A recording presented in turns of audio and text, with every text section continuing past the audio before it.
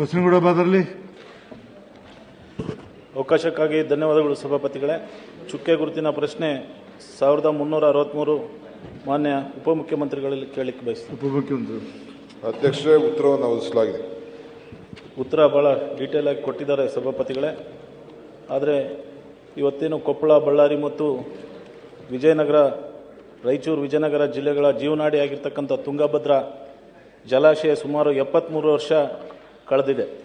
ಆದರೆ ರಾಜ್ಯದ ಪ್ರಮುಖ ವಿವಿಧ ಉದ್ದೇಶ ನೀರಾವರಿ ಯೋಜನೆಗಳು ಒಳಗೊಂಡ ಜಲಾಶಯ ಆಗಿದೆ.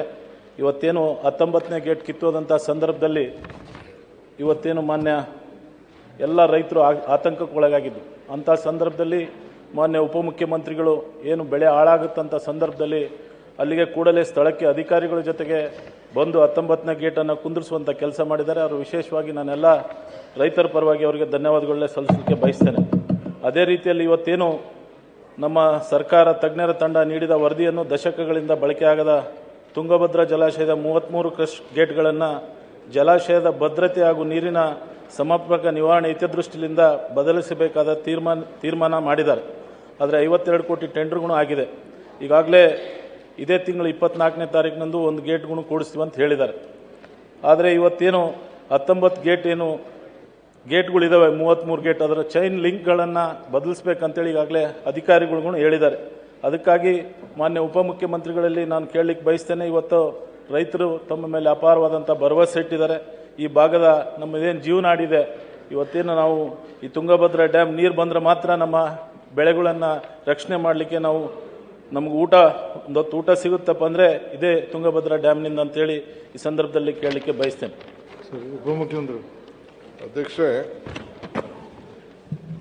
ಇದು ಇಡೀ ದೇಶ ನೋಡ್ತಾ ಇದೆ ಈ ತುಂಗಭದ್ರಾ ಅಣೆಕಟ್ಟಿನ ಗೇಟ್ ಬದಲಾವಣೆ ಬಗ್ಗೆ. 19ನೇ ಗೇಟು ಹೋದಾಗ ಭಾಳ ಗಾಬರಿ ಆಗ್ಬಿಟ್ಟಿದ್ರು ಎಲ್ಲರೂ. ನಾನು ಗಾಬರಿ ಆಗಿದ್ದೆ.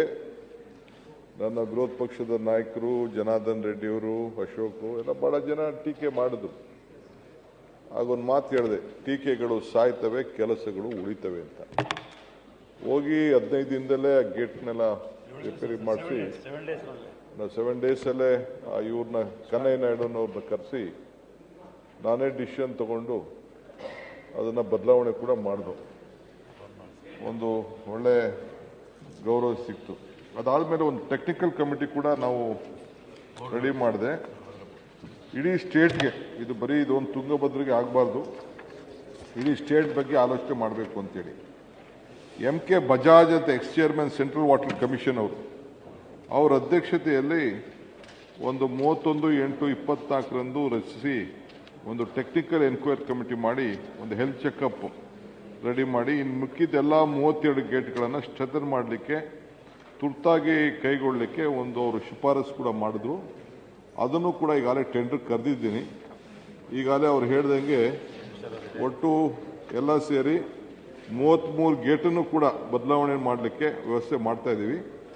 ಜೂನ್ 26ರಷ್ಟೊತ್ತಿಗೆ ಇದನ್ನು ಮಾಡ್ತೀವಿ. ರೈತರು ಸ್ವಲ್ಪ ಆತಂಕ ಆದರೂ ನಮಗೆ ಬೆಳೆ ಕೊಡಬೇಕು ಅಂತೇಳಿ ಇವರು ತಂಗಡಿ ಸಾಹೇಬರು ಮತ್ತು ನಮ್ಮ ಬೋಸರಾಜ್ ಅವರೆಲ್ಲ ಕೂತ್ಕೊಂಡು ಎಲ್ಲ ಮೀಟಿಂಗ್ ಮಾಡಿದ್ರು. ಅವರು ಕೂಡ ಎಲ್ಲ ಮಾಡಿದ್ದಾರೆ. ಆತಂಕ ಬೇಡ, ಇದು ಭಾಳ ಪ್ರಮುಖವಾದ್ದು.